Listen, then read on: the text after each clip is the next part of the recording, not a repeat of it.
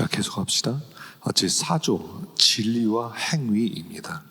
진리는 선행의 기초이다. 주께서 말씀하시되 열매로 그 나무를 안다 하심과 같이 진리와 거짓이 동일하다고 하거나 사람의 신앙이 어떠하든지 무관하다고 하는 이 말들보다 더 폐역하고 해로운 것이 없다. 신앙과 행위, 진리와 본보는 서로 연결되어 분리될 수 없다 하는 부분이죠. 교회는 어떤 공동체입니까? 진리가 있는 공동체고요. 그리고 진리에 따라 살아가는 공동체라는 거예요. 그래서 진리와 행위는 하나라는 겁니다. 많은 사람들이 이 진리와 행위를 나누려고 그러거든요. 그러니까 머리 신앙과 몸 신앙은 하나예요. 근데 머리 신앙을 따로, 몸 신앙을 따로 해요. 그러니까 예수를 믿습니다. 하나님을 사랑합니다.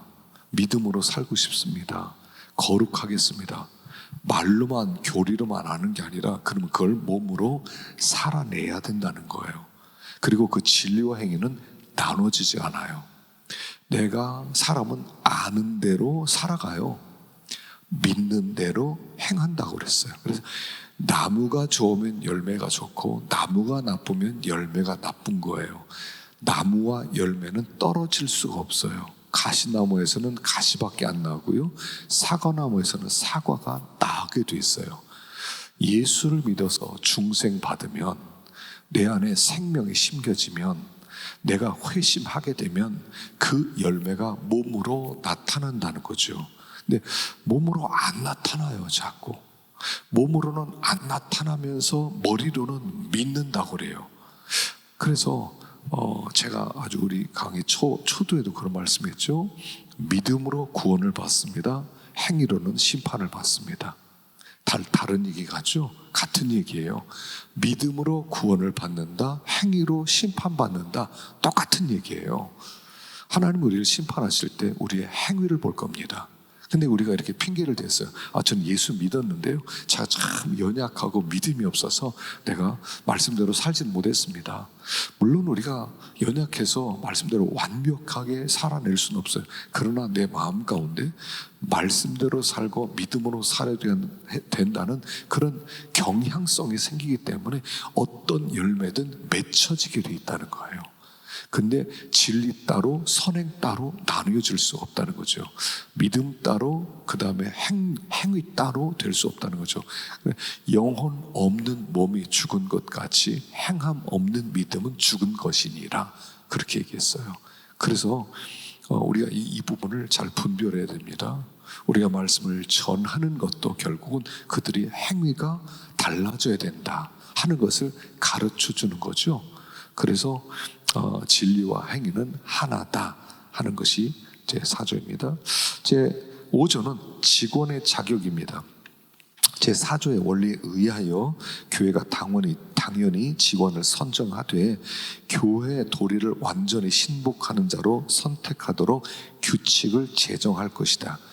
또한 사람에 따라 성격과 주의가 다를지라도 교회는 진리와 의식이 있다는 것을 믿어야 하며, 이런 경우 교회가 피차 관용하여야 된다. 자, 직원을 선정할 때 교회 도리를 완전히 신복하는 자, 순종하는 자, 한마디로 얘기하면 믿음이 있는 자를 세우라는 얘기예요. 믿음 있는 자.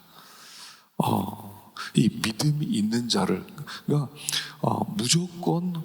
무조건 세우는 게 아닙니다. 예를 들어서 우리가 이제 교회법에는 예를 들어서 교인 30명당 장로 하나를 세울 수가 있습니다.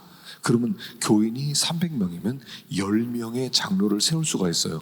근데 10명을 세우려고 하다 보니까 자격이 없어요. 믿음이 없어요. 그럼 못 세우는 거예요. 그냥 10명을 세우라고 그랬으니까 무조건 10명을 세워야 됩니다.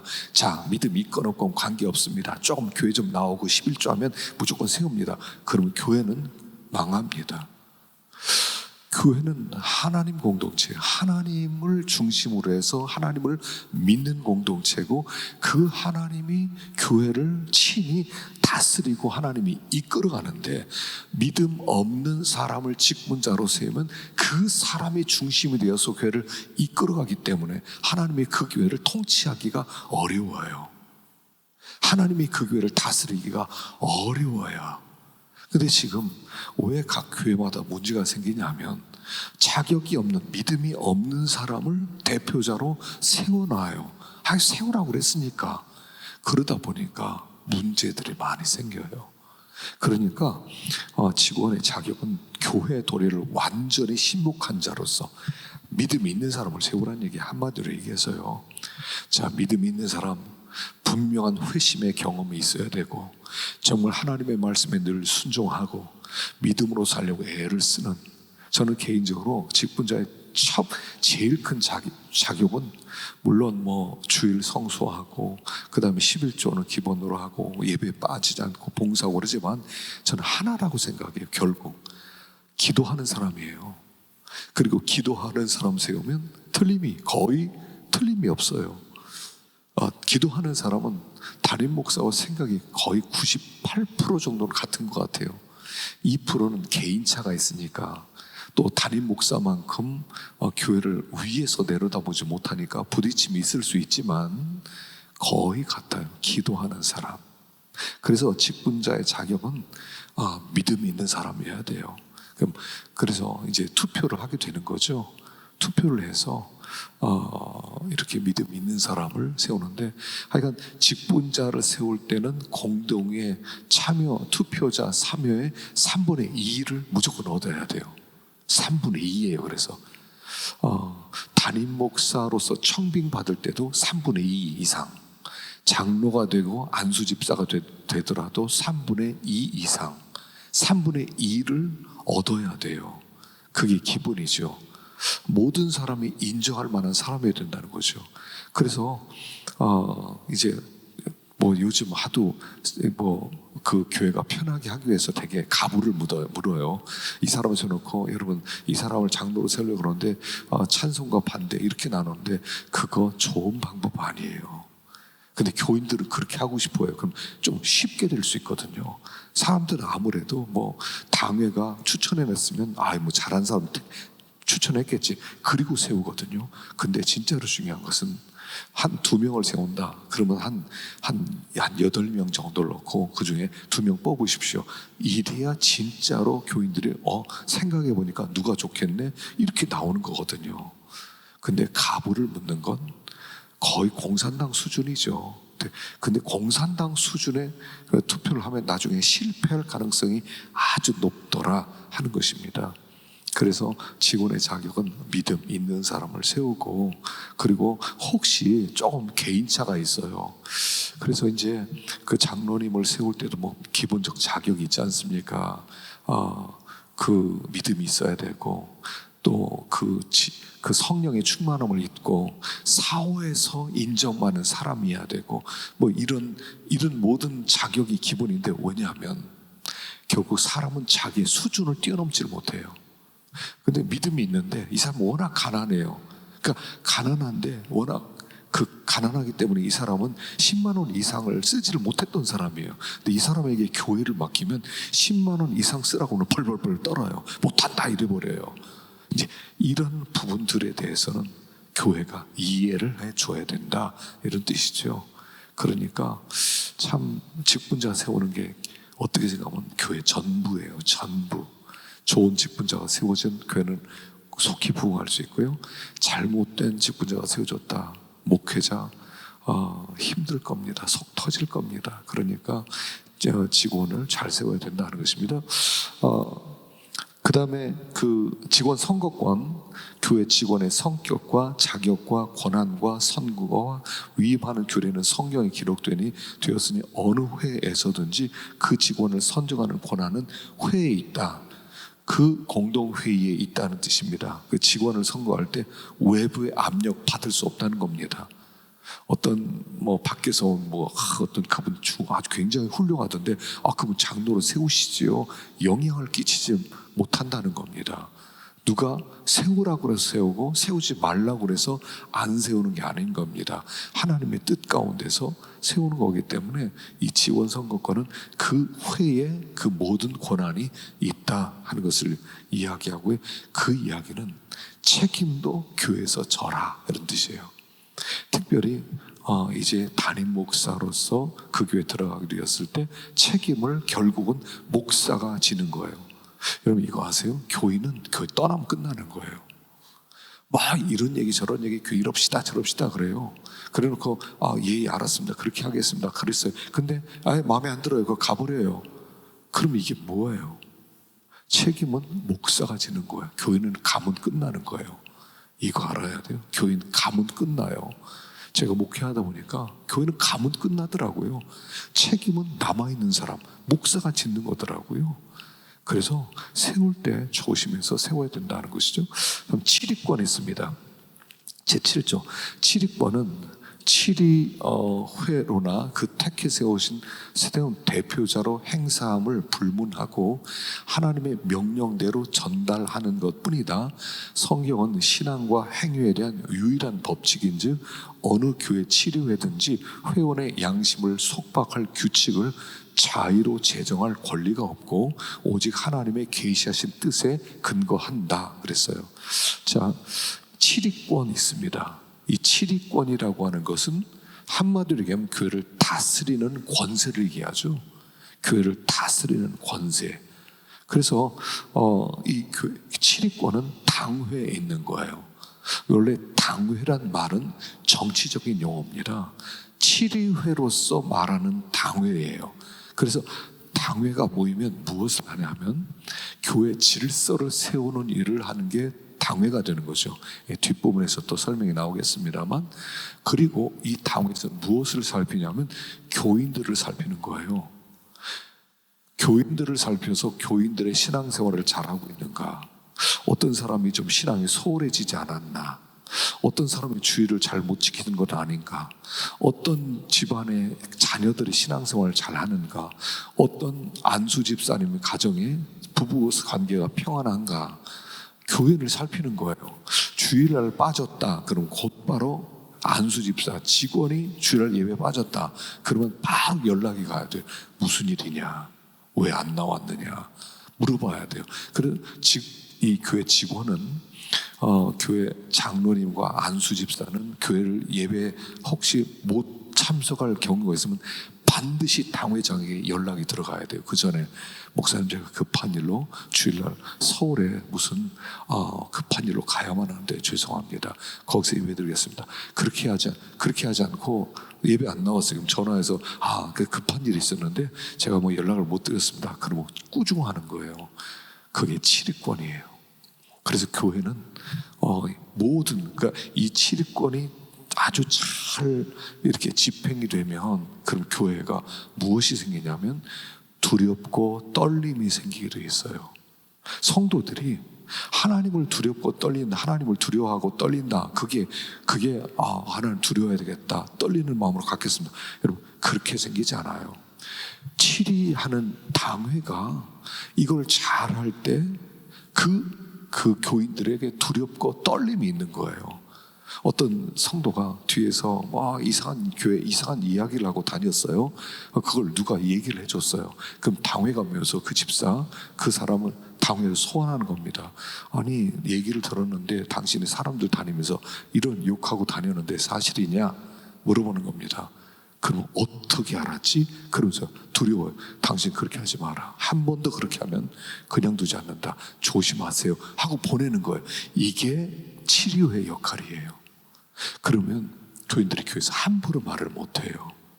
주일날 예배를 안 드린다 하더라도 치료해서 불러서 왜 예배 안 나왔느냐, 11조를 잘 안 해요. 불러요. 왜 지난달에 11조 안 했느냐. 이게 감시가 되고 있다는 거거든요. 여러분 치료회는 감시기관이에요. 영혼을. 근데 권세가 없으면 내버려 둬요. 성도들 알아서 생활하세요. 되게 그렇게 하잖아요. 목사님이 전화하고 전도사가 전화하고 장로님은 그런 건 관심도 없어요. 누가 왔는지 안 왔는지도 몰라요. 그러면 그 교회는 치료회가 역할을 못하고 있는 것이지요. 그래서 이제 말씀을 따라서 믿음으로 살고 있는지 그걸 잘 관리하는 것, 이게 치료의 당의 역할이다 하는 것입니다. 자, 8조 권징이죠. 교회 질서를 유지하기에 권징을 행사한다. 권징은 신앙과 도덕에 관한 것이요, 국법에 관한 것은 아니다 그랬어요. 국법에 관한 것. 헌법, 예를 들어서 교통신호를 안 지켰다, 예를 들어서 그런 걸 가지고 권징하는 게 아니에요. 교회 질서를 유지하기 위해서 권징을 행하는 거죠. 그래서 그들의 신앙과 도덕적인 생활, 또 말씀대로 그들이 살지 못하는 것에 대하여 권징을 하고, 그로 하여금 믿음으로 살 수 있도록, 또 거룩하게 살 수 있도록 도와주는 것, 바로 그것이 권징이에요. 그래서 세상에서는 권징 없이 기분 나빠하죠. 나를 간섭해? 내가 이 교회 아니면 갈 데 없는 줄 알아? 근데 만일 그 사람이 권징을 받고 떠났어요. 난 권징 안 받겠으면 난 다른 거 가겠습니다. 그러면 그 권징이 무효예요? 아니에요. 이 치료회가 내린 이 권징은 하늘에서 내린 거예요. 하늘에서. 그래서 하나님의 명령대로 전달하는 것이라고 하는 거예요. 하나님이 우리를 통해서, 치료를 통해서 당신이 잘못하고 있다고 말하라고 그랬다. 그리고 말하는 거예요. 그렇기 때문에 권징을 받는 데는 싫어요. 기분 나빠요. 아니 나를 뭘로 생각해? 이렇게 가면요, 하늘에 매여 있는 거예요. 하늘이 풀어줘야 돼요. 그 앞길을 하나님 다 막아 놓으세요. 그렇기 때문에 그 권징을 잘 받는 이 교회 질서죠. 지금 이 질서가 회복돼야 교회가 다시 살아나게 될 것입니다. 자, 세 번째, 이제 교회와 교인에 대해서 한번 생각해 봅시다. 교회는 어떤 곳이냐? 하나님께서 만민 중에서 자기 백성을 택하사 저희로 영원토록 무궁하신 은혜와 지혜를 나타나게 하신다. 저희는 살아계신 하나님의 집이요 그리스도의 몸이며 성령의 전이다. 저희는 과거와 현재와 미래에 있는 성도들인 바 이를 가리켜 거룩한 공회 곧 교회라 한다 그랬어요. 하나님이 수많은 사람 가운데 하나님이 자녀로 택하셨어요. 그래서 복음을 듣게 하시고 예수를 믿게 하셨어요. 그래서 그 믿는 사람들의 공동체, 그게 하나님의 집, 그리스도의 몸, 성령의 전. 그러니까 예수 믿는 나 하나가 교회예요. 먼저 나 하나가 교회라는 걸 알아야 돼요. 내가 하나님의 집이어서 하나님이 임재하시고 그리스도의 몸이어서 그리스도가 지시하는 대로 움직여야 되는 지체고 성령을 모시고 사는 하나님의 전이다 하는 거죠. 그래서 예수를 믿으면 영원한 하나님의 백성이 되는 것입니다. 그래서 그런 백성들의 모임을 거룩한 공회 또는 교회라고 얘기하죠. 건물을 얘기하는 건 아니라는 걸 여러분 이미 알고 있죠. 성전 건축, 그래서 어떤 분은 성전 건축 하니까 구약적 용어다. 신약에서는 성전이 아니다. 우리 자체가 성전이기 때문에 예배당 건축이 맞다. 이렇게 얘기를 해요. 예, 그 말이 맞아요. 성전 건축, 그러는데 사실은 예배당 건축이 맞죠. 그런데 이것도 아셔야 돼요. 성전 그럴 때 구약적 용어로만 생각하지 말라는 거예요. 자, 우리들이 예배당에서요, 주일날 종일토록 예배를 드려요. 또 아이들도 예배를 드려요. 새벽에도 예배를 드려요. 수요일날도 예배를 드려요. 금요일날도 예배를 드려요. 무슨 부흥회나 사경에 예배를 드려요. 모일 때마다 하나님이 그곳에 임재하시거든요. 건물에 임재하는 게 아니라 우리들의 모임 속에서 임재해요. 그러면 거의 매일 교회 모이는데, 그러면 하나님이 그곳에 예배 드릴 때마다 임재하시는데, 그러면 성전 불러도 괜찮아요. 그걸 꼭 따져서 구약적 용어다, 예배당이다 그렇게 얘기하지 말고 성전 할 수 있죠. 주님이 하루 종일 임재하시는데요. 주일날을 우리가 예배를 때 거기 종일 임재해 계시고, 교제할 때 하나님 임재해 계시고, 새벽 예배 때 임재해 계시고, 새벽 예배 안 드리는 필요 없잖아요. 하나님이 계속 임재하시니까 그 성전에도 사실은 별 다른 무리는 없다고 생각해요. 그런 것까지 너무 막 우리가 막 예리하게 막 잘라서 말 똑바로 해라 뭐 그렇게 말하면 할 말이 없지만, 그럼에도 저는 성전 건축하는 데 대해서는 반대하고 싶은 말은 없어요. 우리가 오히려 예배당을 건축하는데 하나님이 임재하는, 우리들이 모여서 하나님이 항상 임재하는 그런 공동체로서의 그런 건물, 어떤 성전을 짓는다 할 때 오히려 더 의미 있어지지 않을까 하는 생각 듭니다. 예배당 건축, 뭐 집 짓는데 뭐 돈 내나 안 내나 뭐 이렇게 생각할 수 있거든요. 그러나 우리가 이 예배당을 거룩하게 쓰기 때문에, 예배당 안에서 뭐 그렇다고 해서 술 마실 수 있겠습니까? 예배당은 공간이다. 막 뭐 마음대로 할 수 있다. 운동도 할 수 있다. 예, 그럼 술도 마실 수 있어요? 그러면 이 공동체에서 여기서 뭐 그 춤추고 댄스 할 수 있어요? 없잖아요. 그러면 거룩한 곳, 그런 의미로서 성전은 저는 무리 없는 용어라고 생각을 합니다. 자, 지교회라고 그래요. 지교회는 뭐냐면 예수를 믿는다고 시인한 자들과 그 자녀들이 일정한 장소에서 성경의 교훈에 따라 하나님을 경배하며 성결하게 생활하고 그리스도의 나라를 확인하기 위하여 일하며 교회 법도에 복종하며 정화해진 공동 예배를 회집하면 이를 지교회라 한다. 지교회란 어떤 뜻이냐면, 우리는 대신 교단이라는 교단 안에 속해 있는 지교회예요. 모든 교회를 지교회라고 불러요. 물론 이 지교회라고 하는 것은 가지 교회다 뭐 그렇게 말하는 건 아니지만, 사실은 어떤 지역에 있는 교회란 뜻이에요. 근데 이걸 가지 교회 이렇게 말하기도 해요. 그러니까 모든 성도들이 한 자리에 모여서 예배를 드릴 수 없으니까 각 지역에 모여서 따로 예배 드리는 공동체, 그걸 지교회라고 불러요. 지교회라고 할 때 뭐가 중요한 겁니까? 지교회라고 부르는 이유는 우리 모교회와 그 모교단과 연결되어 있다는 뜻이에요. 그래서 우리 교단에서 큰 그 공동체, 큰 우리 그 대표 교단에서 세운 교회법에 당연히 순종해야 되는 거예요. 지교회가 아니다 그러면 우리는 교단의 법, 교회법 따라갈 필요가 없어요. 뭐 우리끼리 만들면 돼요. 우리끼리 만들었는데 뭐. 근데 지교회가 된다 그러면 정관을 세울 때 교회법을 따라가야 된다 하는 얘기죠. 지교회란 뜻이에요. 세 번째, 교인은 어떤 사람이냐? 교인은 성부, 성자, 성령 삼일체 하나님을 믿는 자들로 지교의 교적을 취득하고 출석하는 자로 한다. 교인은 그 신급에 의하여 다음과 같이 구분한다. 원입교인, 예수를 믿기로 결심하고 공식 예배에 참여하는 사람을 그냥 원입교인 이렇게 부르고요.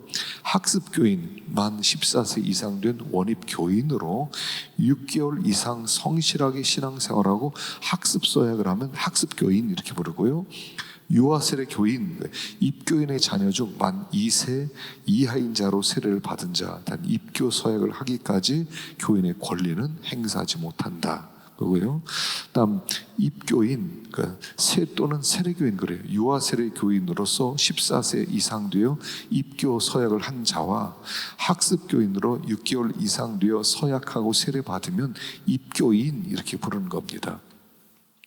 교인은 공적 예배 출석과 헌금과 전도와 봉사와 교회 치리에 복종할 의무를 가진다.